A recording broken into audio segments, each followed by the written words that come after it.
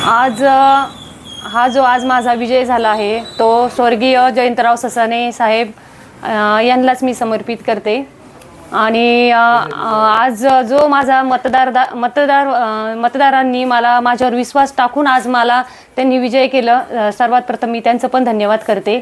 आणि आपल्या श्रीरामपूर तालुक्याचे आमदार हेमंत तात्या ओगले आणि आपले करणदादा ससाणे, काँग्रेस पक्षाचे करणदादा ससाणे यांनी पण आज माझ्यावर जो विश्वास टाकला, त्यांच्या आज विश्वासाला मी तडा जाऊन दिला नाही आणि आज जो विजय झाला तर खरं तर मी यांच्याच याच्याने मी विजय झाली आहे।